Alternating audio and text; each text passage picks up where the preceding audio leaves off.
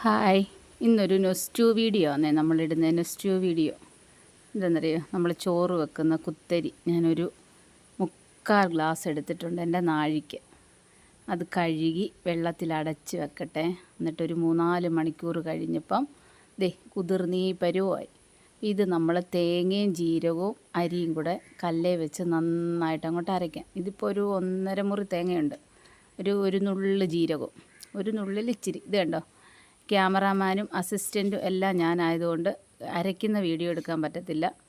അപ്പം ഞാൻ അരച്ചുകൊണ്ടിരിക്കുന്ന video just ഒന്ന് എടുത്ത് കാണിച്ചാൽ കല്ലേൽ അരയ്ക്കുന്നതിനുള്ള തെളിവാണേ. നമ്മുടെ അരി അരച്ച് വെച്ചിട്ടുണ്ട്. തേങ്ങയും ജീരകവും തേണ്ടി ഇതുപോലെ തരിതരിപ്പായിട്ട് അരച്ചിട്ടുണ്ട്. എന്നിട്ട് നമ്മളിത് കുഴച്ച് കൊഴുക്കട്ട ഉണ്ടാക്കാൻ പോവുക. ഇതുവരെ റെസിപ്പിയുടെ പേര് പറഞ്ഞില്ലായിരുന്നില്ലയോ. പണ്ട് നമ്മൾ ഉണ്ടാക്കത്തില്ലേ എല്ലാവരും വീട്ടിൽ. എൻ്റെ സ്വന്തം വീട്ടിലെ ദേശീയ പലഹാരം അന്തർദേശീയ പലഹാരം ഇതായിരുന്നു. നമ്മുടെയൊക്കെ കൊച്ചിലത്തെ നമ്മൾ കഴിക്കുന്ന ആകെ പൂരി, മസാല ദോശ, പൊറോട്ട, ഇറച്ചി അതെല്ലാം ഇതിലൊതുങ്ങുമായിരുന്നു. അപ്പം കണ്ടോ, ഞാൻ ചെറിയ ഉരുളയാക്കി ഉപ്പൊക്കെ ഇട്ട് അങ്ങോട്ട് മാറ്റി വെക്കട്ടെ. ഇതിനകത്ത് തന്നെ സെയിം പഞ്ചസാരയും തേങ്ങയും അകത്ത് വെച്ചുണ്ടാക്കും. പക്ഷേ എനിക്കിങ്ങനെ ഉണ്ടാക്കുന്ന ഇഷ്ടം. എന്നിട്ട് വെള്ളം വെട്ടി തിളയ്ക്കുമ്പോൾ ആ വെള്ളത്തിനകത്തോട്ടിട്ട് വേവിച്ച് ആ വെള്ളവും കുടിക്കും, കൊഴുക്കട്ടയും തിന്നും. പക്ഷേ ഇന്ന് ഞാൻ ഉണ്ടാക്കുന്ന അപ്പച്ചെമ്പിൻ്റെ ഇത് ആവി കയറ്റുക.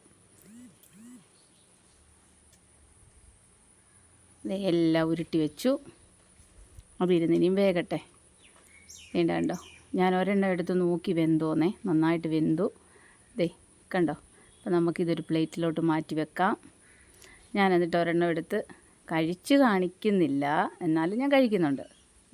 ഇങ്ങനെ എടുത്ത് പഞ്ചസാര മുക്കി കഴിക്കുക. ഇതായിരുന്നു കൊച്ചിലത്തെ ഞങ്ങളുടെ രീതി. കറിയൊക്കെ കൂട്ടി ആരെങ്കിലും കഴിക്കുമോ എന്ന് എനിക്കറിയത്തില്ല. അപ്പോൾ ഒരു പിടിയുടെയൊക്കെ ഒരു ടേസ്റ്റായിപ്പോവും. പക്ഷേ ഇതാ സൂപ്പർ. അപ്പോൾ നമ്മുടെ നൊസ്റ്റു വീഡിയോ ഞാൻ ഇന്ന് ഇവിടെ ഡൗൺലോഡ് ചെയ്യുക. എല്ലാവരും കാണണം, എല്ലാവരും സപ്പോർട്ട് ചെയ്യണം, ലൈക്ക് ചെയ്യണം, സബ്സ്ക്രൈബ് ചെയ്യണം. Okay, thank you.